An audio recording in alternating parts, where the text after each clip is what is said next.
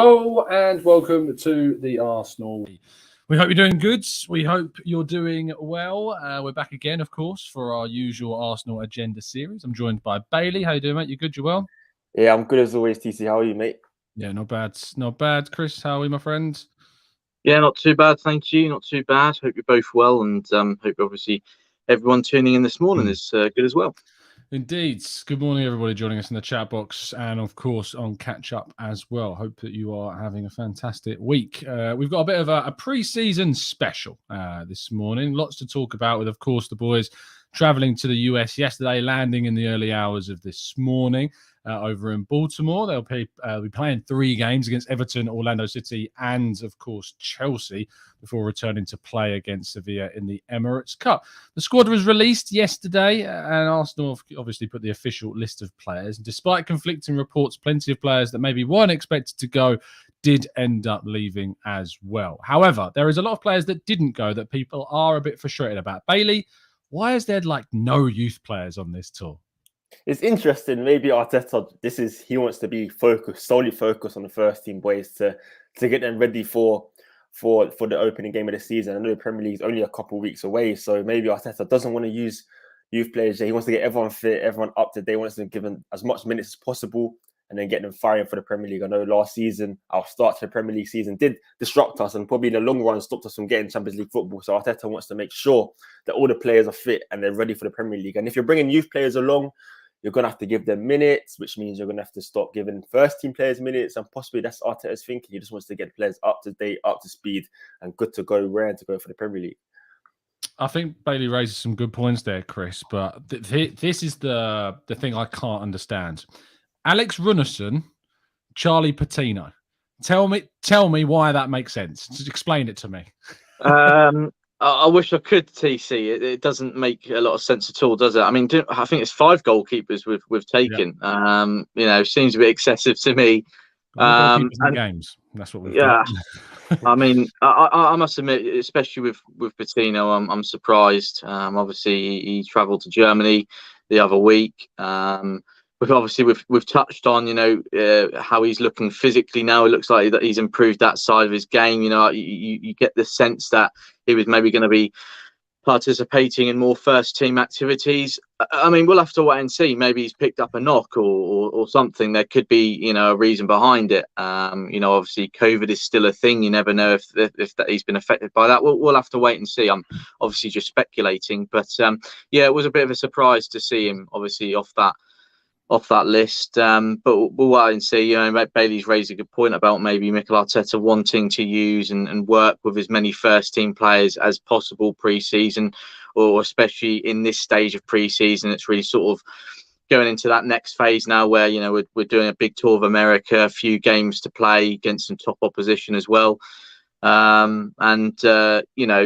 maybe he's just looking to work with as many first teamers as possible in order to work on many tactical things and improve their sharpness ahead of the new season. And obviously the under 21s, under 23s, they've got games to play back in England as well. So maybe they just saw it more beneficial for Patino, considering how many players had obviously returned to the first team squad now, including, Lucas Torreira, who plays in central midfield, players that returned from their international duty and from their extended break. It's meant that Mikel Arteta has a lot of players to choose from now for pre-season. So maybe, like I say, they just saw it more beneficial for Patino to stay behind and participate with the under 21s. But we'll have to wait and see. I'm sure there's a reasonable reason behind it, and hopefully he can still have a good pre-season. Yeah, absolutely. I think there's a lot of players in there that we're hoping finish the pre-season strongly, Jesus being one of them. But, I mean, Bailey, there's a number of players that we still have got to see play for Arsenal. Fabio Vieira, of course, we'll start with him. What kind of impact do you think he's going to have, not just on pre-season, but, of course, moving forwards as well? Yeah, I'm excited to see Fabio Vieira. I'm a big fan, even though I haven't seen enough of him. There's just that aura around him that I really like. I think he will be a fan favorite at the Emirates when he does play. But I think this season he will be playing more of a secondary role. I think he will play, of course, as a backup to Ødegaard, to players like Smith Rowe, for bringing another midfielder to him. I think he'll be more used in the Europa League. But of course, I think seasons ahead, he will be a big player for Arsenal, and I have bigger expectations for him. I think he'll really be a good signing. I know he does need to. I hope he can deal with the physical, of course, responsibilities and the physical questions that will be posed to him in the Premier League. But if he does overcome that hurdle, then he will be a big player at Arsenal. And I'm excited. But I think this season is more about adaptation, and in the next season, that's when we will really see him thrive. Yeah, absolutely. And the other one, Chris, is William Saliba. We haven't seen him play. You know, the last time he played for Arsenal, I think, was in a non-competitive friendly against MK Dons, I think it was, which was 2 years ago now. This will be the first chance he gets to play with the current group of senior Arsenal players and make his stamp ahead of the new season. Yeah, absolutely. And I'm excited to see him obviously take part. It's easy to forget, isn't it, that an awful lot has changed since, you know, he's first signed for the club. You know, pretty much a new squad, lots of changes, you know, upstairs as well. So, you know, I hopefully he sees it as a fresh start, you know, and a new chapter, because it's been a rocky start to his Arsenal career. You know, if you can even, you know, call it an Arsenal career, because we've barely, as you say, TC, seen him in an Arsenal shirt, seen him in action for the club. But there is absolutely no doubt that we have a top talent on our hands. You know, a talent that could reach immense quality. You know, people that watch him on a regular basis, people that know him well, often, you know, reiterate the potential that he has, and that potential to reach a world-class level. You know, that's what the talent and the potential that we're talking about here. So I really hope he has a smooth pre-season. I really hope that Mikel Arteta, you know, genuinely was being serious when he said, you know, he's an Arsenal player. We want him back here. We want him to be part of the team, because this has been a lengthy process now, and there's been so much uncertainty, which of course isn't, you know, healthy on its own. But, you know, like I say, you've got this other side of it where there is such a good player there, you know, that ultimately the club had paid, what, 26-27 million pounds for a couple of years ago. You know, it would be a massive shame not to see it work out.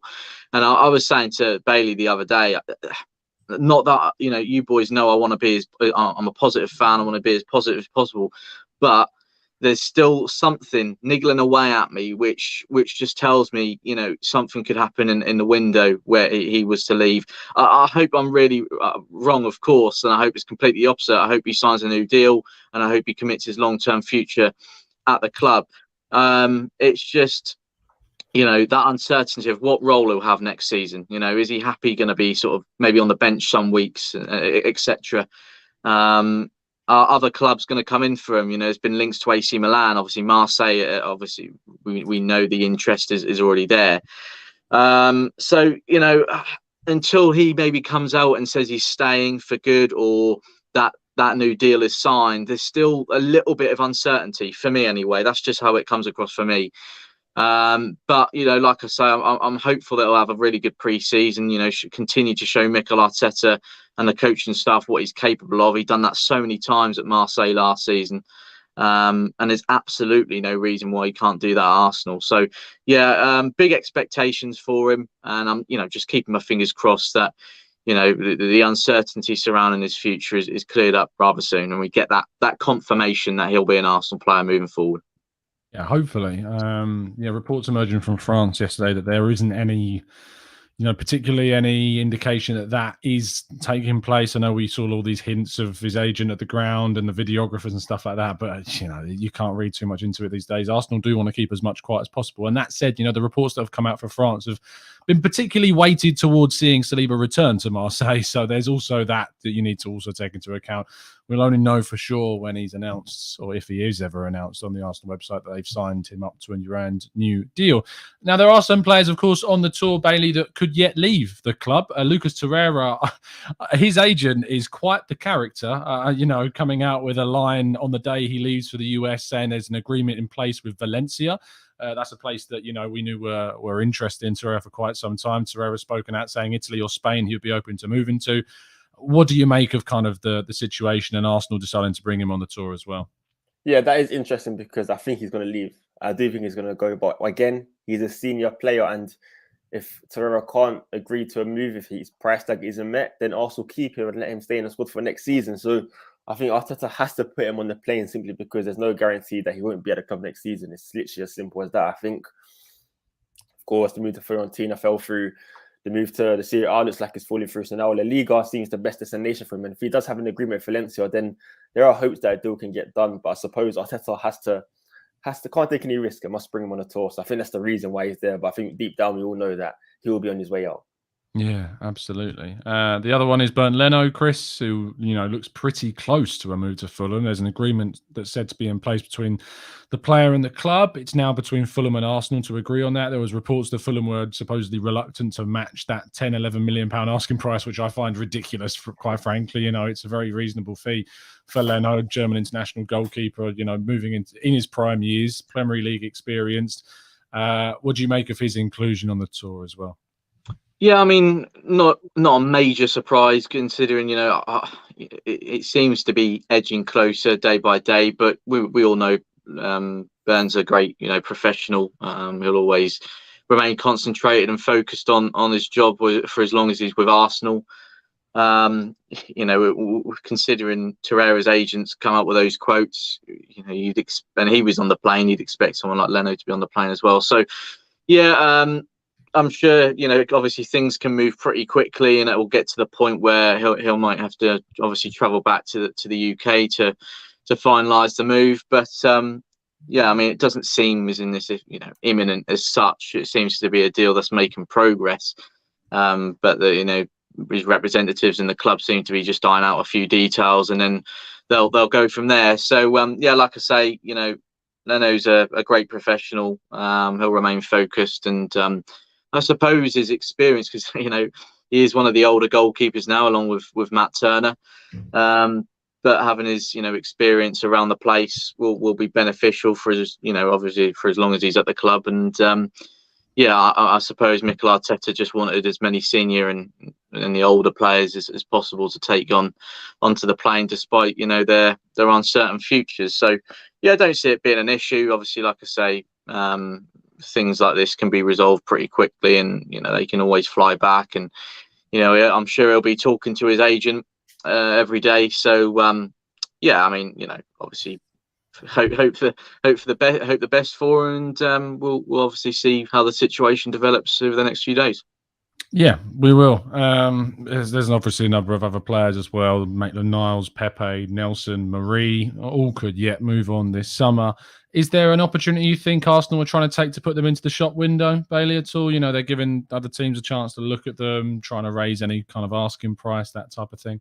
Not really. I think pre-season you can't really judge. I don't think a team will suddenly see Pepe score 2 goals against, let's say, Everton, and think, oh, do you know what? Actually, no, he is worth the 25 million that Arsenal have quoted. So I think they literally, once again, as I said, Arteta is just getting the whole first team fit and ready, because you don't know what can happen in the season.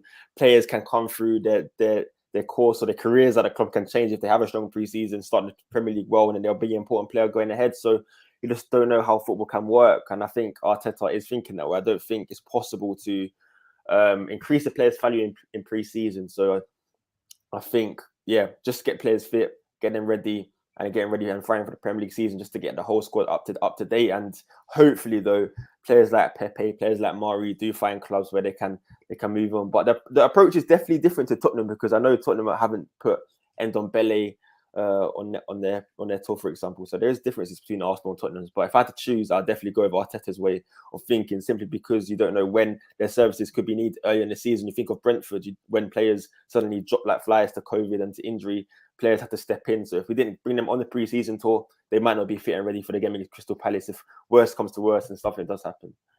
Yeah, absolutely. I think there's a lot of decisions that need to be made, of course, about different players, and we can only wait until the end of the window, I think, until a lot of those decisions are made. That we've got a lot of players who I think will move towards the end in the last few weeks of the window when teams are looking for opportunities, cheaper deals, loans, and obviously plan B, C, D, Zs when their other priorities don't work out. So I think that's probably when we'll most likely see the biggest amount of movement over the course of the summer transfer window. We're obviously going to keep you up to date. Our boy Kai Karnak is flying out to the US today, and we'll get continued coverage of Arsenal's tour of the US and Florida, of course, and the 3 matches whilst he is out there. You'll be able to get regular updates on football.london throughout the course of the tour. And tomorrow, of course, we'll bring you more information about Arsenal's transfer situation. It's been a quiet couple of days. Despite the fact that Yuri Tillemans looked like he's selling his house and not leaving any clues whatsoever, we'll see if that changes. Thank you so much, guys, for tuning in. We'll be back a little bit later on, and of course, back tomorrow with the next 10 a.m. show. Bailey, thank you for your time. Always appreciate it. Thank you, TC, CD, and everyone in the comment section, as always. Indeed. Chris, thank you so much, my friend. You're on mute. It's typical for me to leave it right at the end. You said something before you went off mute there, Chris. I didn't quite catch that. No, obviously, thank you, boys. Pleasure as always, and thank you, of course, to everyone tuning in. Hope everyone has a great day. It's just typical for me to do that right at the end. There we go. No worries. Thank you so much, guys, for tuning in. Do drop a like on the video, subscribe to the channel if you're new around here with those notifications turned on so you never miss a show. We'll see you again very soon, and as always, keep following us down the Arsenal way. 49, 49,